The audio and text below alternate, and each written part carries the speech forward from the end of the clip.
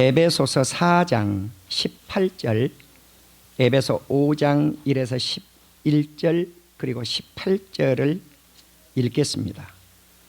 내용 전체는 에베소서 4장 17절에서 5장 27절을 오늘 말씀 설교로 다루려고 합니다.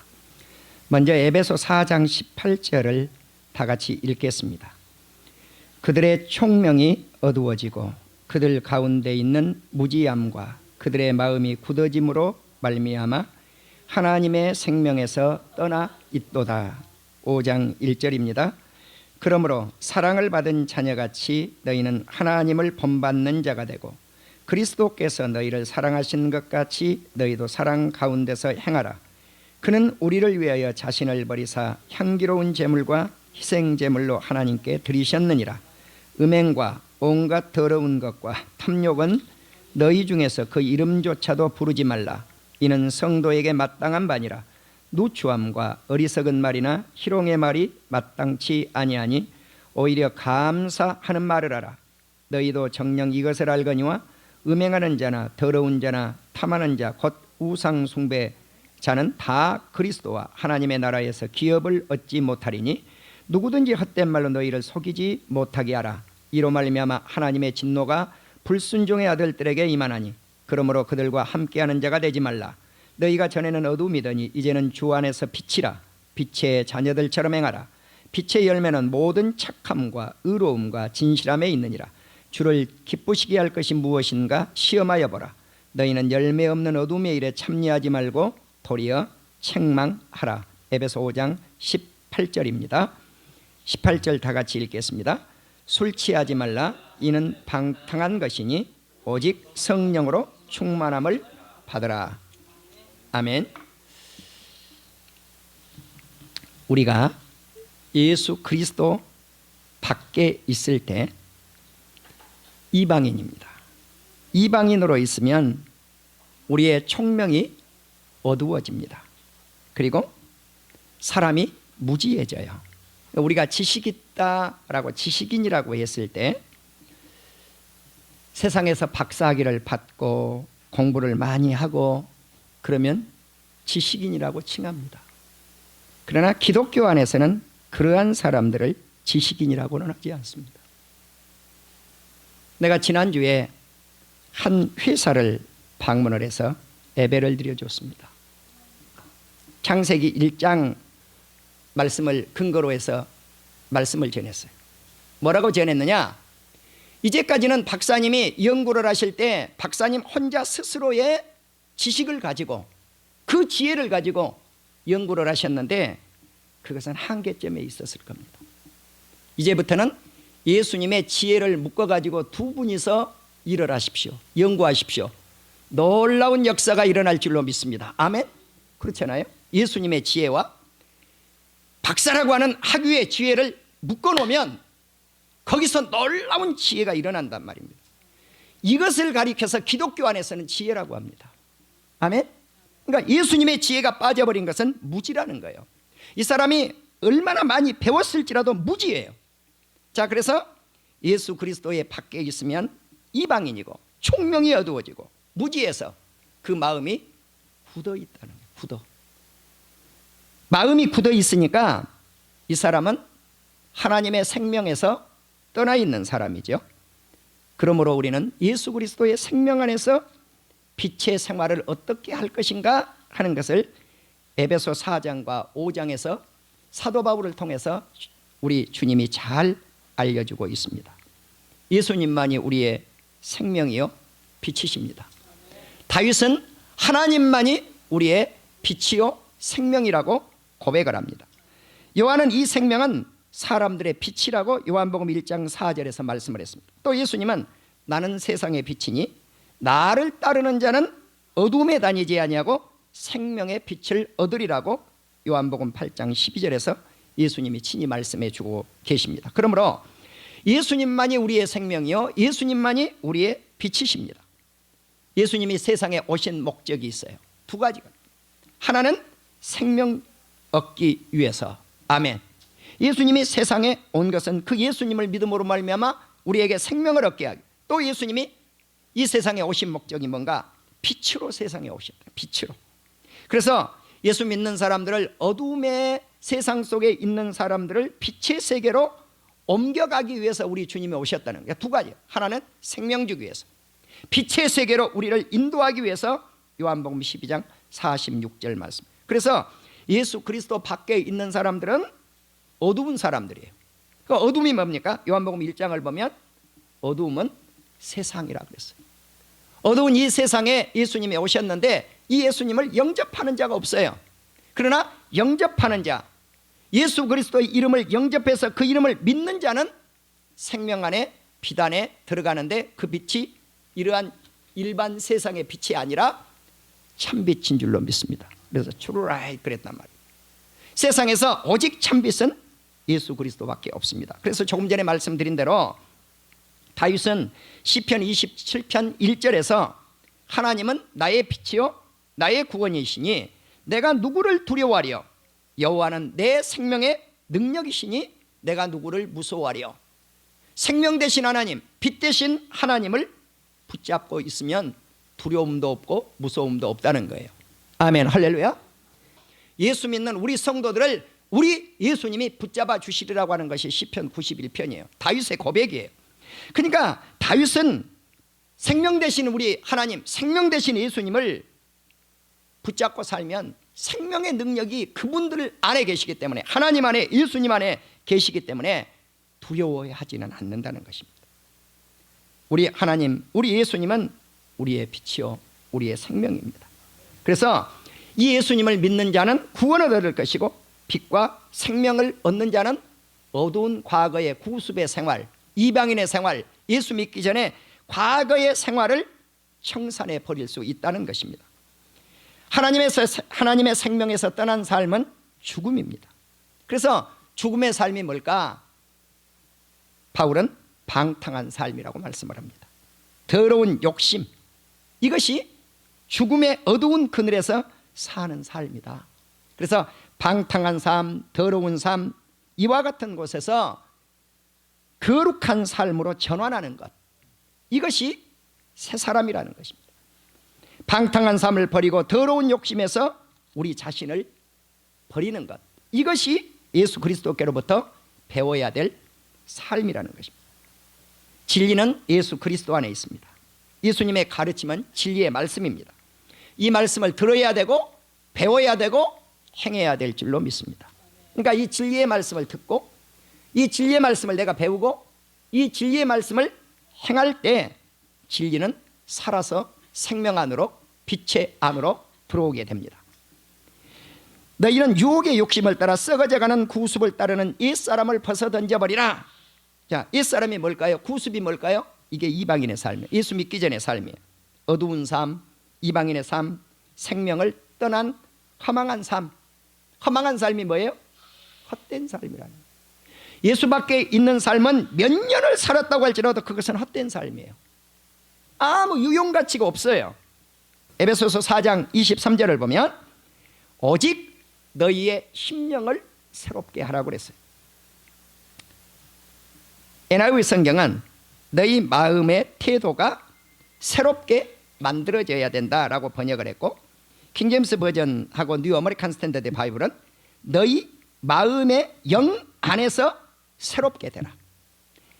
너희 마음의 영 안에서, 성령 안에서 새롭게 되라. 이것이 너희가 새롭게 되는, 심령이 새롭게 되는 것이라고 말씀을 했어요. 에베소서 4장 24절을 보면 하나님을 따라 의와 진리의 거룩함으로 지음을 받은 새 사람을 입으라. 예, 이 새 사람을 입으라는 게 뭘까요? 새 사람의 옷을 입으라는 거예요. 겉모습 옷도 새 옷을 입으면 기쁜데 속 사람도 주님이 새 옷을 갈아입으라는 거예요. 속 사람. 예, 속 사람은 무슨 옷을 입을 것인가? 의의 옷을 입어라. 아멘. 진리의 거룩한 옷을 입어라. 아멘. 갈아입으라는 거예요. 갈아입으라는 거예요. 이것이 생명의 빛 안에서 사는 삶이니라. 아멘. 그래서 우리가 옛사람, 이방인의 삶, 이 삶, 예수 그리스도 밖에 있었던 삶, 허랑방탕한 삶, 더러운 욕심을 부렸던 옛모습, 이것을 벗어 던져버리고 거룩한 진리의 옷으로 갈아입으라는 거예요. 하나님의 의와 진리의 거룩한 빛의 생활로 새 사람을 입고 살라고 권면하고, 그렇다면 에베소서 4장 25절 이하를 보시면 생명 안에 빛의 삶은 어떤 삶인가? 거짓 것을 버려버리라는 거예요. 그리고 참된 것을 말하라. 또 빛의 삶은 두 번째로 분을 품지 않는 삶. 어느 때까지? 해가 지도록. 이것이 빛된 삶이에요. 또 생명 안에 빛된 삶 세 번째가 뭔가? 도적질을 끊고 수고해서 선한 일을 하라는 거예요.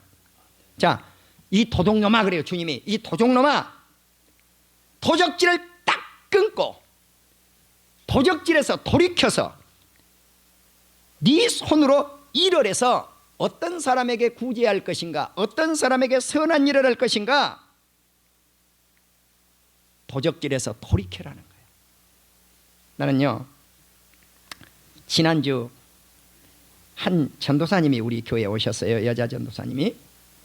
나하고 팔씨름을 이렇게 내가 해보진 않았는데 그 전사님이 내 손을 쥐는데요, 이야, 내가 못 이기겠더라고. 어찌나 세든지 힘이. 왜 이렇게 힘이 세졌냐? 서울역에서 노숙자들을 35년 이상 섬겼단 말이에요. 예. 이 전사님이 오늘 또 오셔요, 우리 교회 예배 끝나고. 예. 그런데 전도를 40년, 노숙자를 35년 이상 서울 구치소에 교회를 세웠어요. 할렐루야. 그리고 나니까요, 이 전사님이 옷을 현재도 입고 다니시는데 어떻게 입고 다니시는가? 목사님, 바지도 강남에서 주워 입었어요. 상의도 강남에서 주워 입었어요. 속옷도 강남에서 주워 입었어요.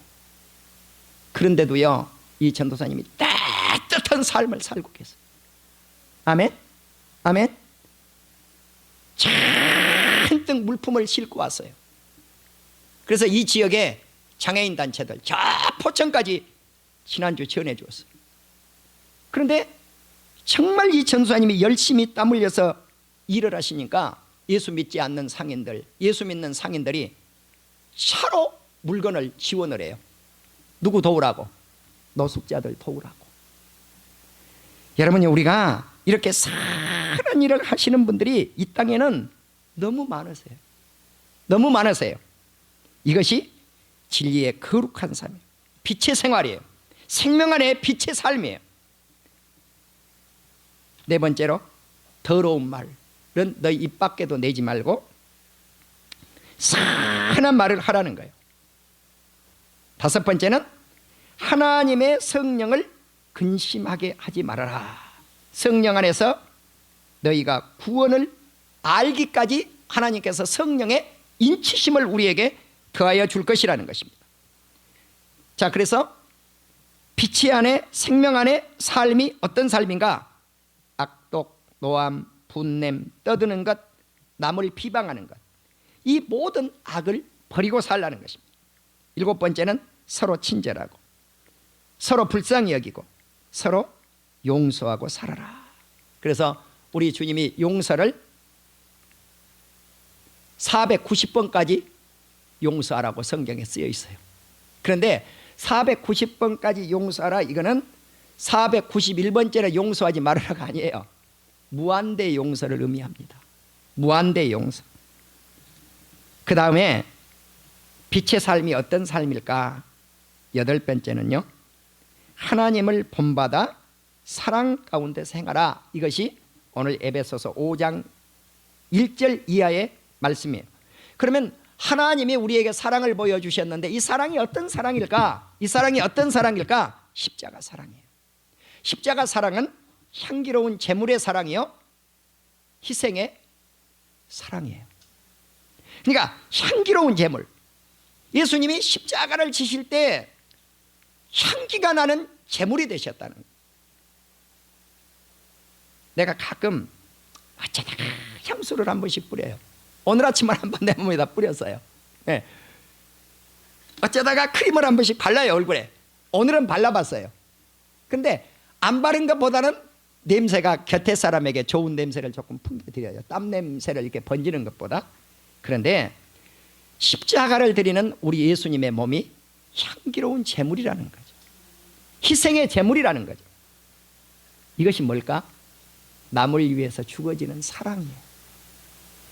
바로 이 사랑, 이 헌신, 이 희생을 나의 이웃에게 베풀려고 하는 것이 바로 빛의 생활로 새 사람을 입는 거룩한 삶이라고 하는 사실입니다. 그 다음에 9번째는 음행과 더러운 것, 탐욕을 버리는 것이 성도의 도리라는 것입니다. 10번째는 누추하고 어리석은 말이나 희롱의 말을 버리고 어떤 말을 해야 될 것인가? 11번째, 감사의 말을 하라는 것입니다. 감사의 말. 자, 그런데 이제 마지막에 감사의 말이 나오는데, 감사의 말을 하는데 어떤 말을 할 것인가 하는 거죠. 이제 그건 결론 부분에서 또 말씀을 드리고요. 12번째는요, 더러운 자, 음행하는 자, 탐하는 자, 이 사람들이 다 우상숭배자들이거든요. 우상숭배자는 하늘나라를, 천국을 기업으로 받을 수가 없습니다. 그렇기 때문에 우리는 과거의 어두운 생활을 벗어 던져야 됩니다.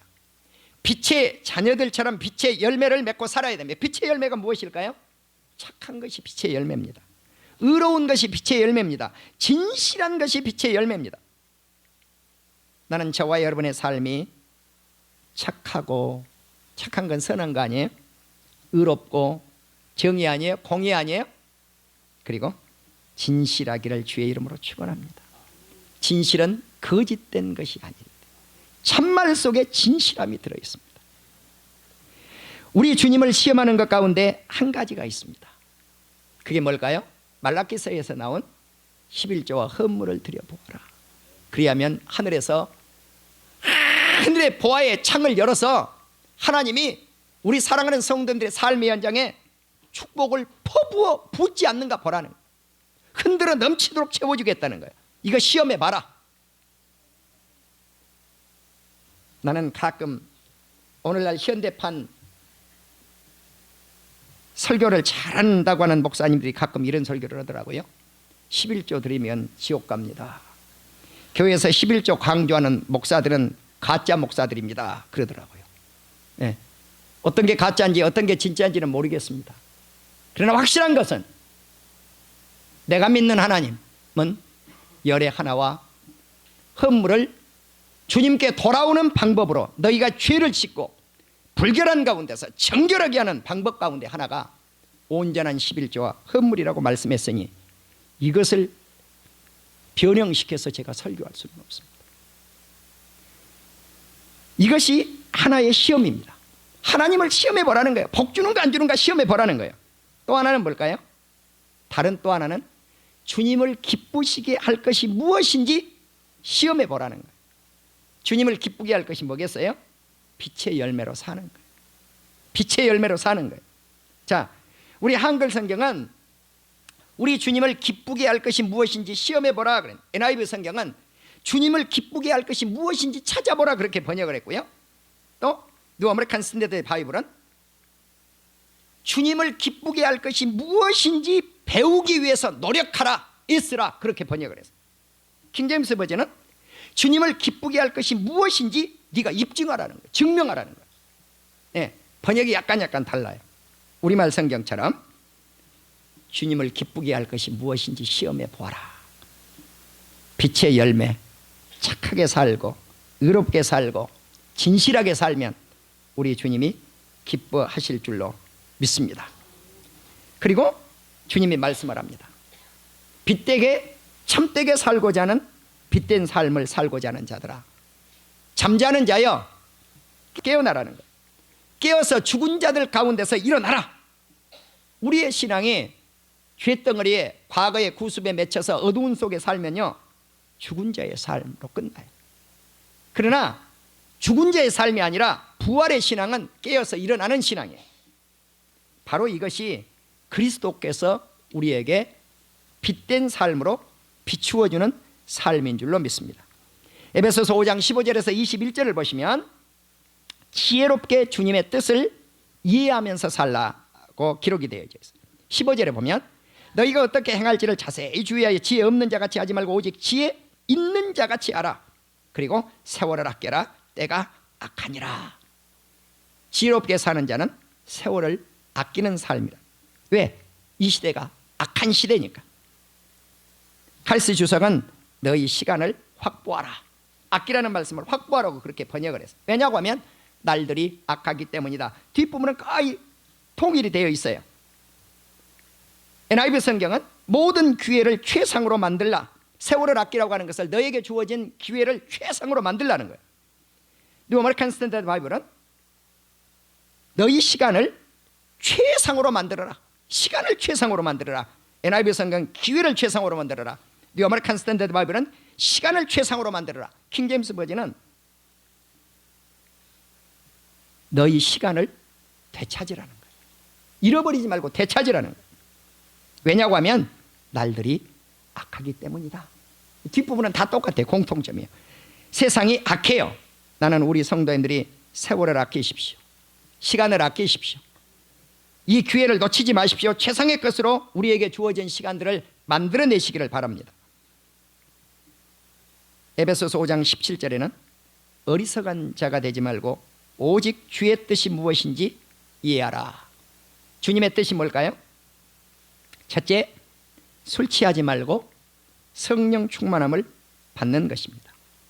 우리가 사도행전 2장 보시면 오순절 다락방에 모였던 120여 명의 성도들이 다 성령 충만함을 받았는데 사람들이 보니까 저 사람들이 아침 9시인데 뭐 취한 사람하고 똑같이 보여요? 술 취한 사람하고 똑같이 보인단 말입니다. 그래서 취하지 말라 그렇게 나왔다고요. 취하지 말라. 뭘 취하지 말아요? 술 취하지 말라는 거예요. 그래서 때가 9시니 술 취하는 것이 아니라 뭐에 취해 있어요? 성령에 취해 있어요. 여러분, 술 취한 사람하고 성령에 취한 사람은 공통점이 있어요. 어디에 공통점이 나타날까요? 얼굴에 나타나요. 술 취한 사람들 한 잔, 두 잔, 세 잔, 네 잔 먹고 올라가면 뭐예요? 빨가죽죽 올라와요. 성령의 은혜에 다 푹 젖어 있는 사람들은요 얼굴이 달라. 할렐루야. 얼굴이 어때요? 화창해요. 꽃이 피어요. 웃음꽃이 피어요. 정말 평안하게 보여요. 예. 그리고 얼굴이 홍당무가 돼요. 나는 저 도봉산에서 만난 한 20대 여성의 얼굴이 지금도 선해요. 일주일 금식을 했다고 하는데 어찌나 이 성도님 얼굴이 빨가죽죽 그래서 성령 충만한 얼굴이 밖으로 튀어나왔는지 이름도 모르고 누구인지도 모르고 모르나 오래됐어요. 그분의 얼굴을 본 적. 그분 얼굴이 지금도 가장 성령 충만한 얼굴로 보여요. 금식 일주일 얼굴인데. 사랑하는 우리 성도 여러분, 우리는 성령의 충만함을 받을 때 주님이 기뻐하십니다. 이것이 주님의 뜻이요. 그 다음에 주님이 말씀을 합니다. 에베소서 5장 19절에서 시와 찬송으로 신령한 노래로 말하는 거예요. 신령한 노래로 말하라. 우리는 신령한 노래, 신령한 찬양, 신령한 시로 하나님께 말하고 영광 돌리는 저와 여러분이 되기를 주의 이름으로 축원합니다. 또 하나는 마음으로 주께 노래해야 돼. 마음으로 주께 찬양해야 돼. 그러니까 성령의 힘을 입고 찬양하고 혼신의 마음을 다해서 찬양해야 돼. 우리말 성경은 마음으로 주께 노래하라 그리고 찬송하라고 그렇게 되어 있는데 NIV 성경하고 킹제임스 버전하고 뉴 아메리칸 스탠다드 바이블은 뭐라고 말씀을 번역을 해놨냐면요, 멜로디를 만들어라 그랬어요. 멜로디를 만들어라. 마음으로 멜로디를 만들어라는. 이거 뭐예요? 작곡이에요. 작곡. 예. 그러니까 이게 마음 속에서 우러러 나오는 그러한 악상을 떠올려서 이 멜로디를 만들라는 거예요. 나는 원문에 이것이 나와 있는가 하고 아무리 찾아보니까 원문에 잘 없어요. 그런데 킹제임스 버전하고 뉴 아메리칸 스탠다드 바이블은 그렇게 번역을 했어요. 또 NIV 성경도 뭐라고 그랬냐면은 make music 그랬어요. 예, 마음으로 주께 음악을 만들으라는 거예요. 예, 그러니까 똑같은 이야기예요. 마음으로 음악을 만들라는 게 뭐겠어요? 찬양할 때도 마음으로 만들어내고, 작곡을 할 때도 마음으로 만들어내고, 그렇게 하면 참 좋겠다, 그런 생각을 제가 해보았습니다. 이제 우리는 에베소서 5장 20절에 보면 주님의 뜻 가운데 하나가 뭘까? 범사에 우리 주 예수 그리스도 이름으로 항상 아버지 하나님 앞에 감사라는 거예요. 아까 제가 말씀을 드렸잖아요. 감사를 어떻게 해야 될 것인가? 범사에 everything, all thing, 똑같은 말이죠. 그래서 범사에 모든 일에 항상 always, 항상, 네, 항상 아버지 하나님 앞에 예수 그리스도 이름으로 감사라는 거예요. 나는 저와 여러분의 이 감사가 하나님의 뜻, 예수님의 뜻인 것을 믿는 저와 여러분이 되시기를 주의 이름으로 축원합니다. 마지막으로 그리스도를 경외함으로 피차 복종하는 것. 이 경외한다고 하는 것은 존경한다, 경외한다, 하나님을 두려워한다, 그런 뜻이에요. 이제 우리는 생명 안의 빛으로 행하는 삶을 살 수 있기를 주님의 이름으로 축원합니다. 행동이 빛의 삶으로 변화되고, 언어가 빛의 언어로 변화가 되어지고, 또 우리의 영적 변화가 빛의 삶을 완성시켜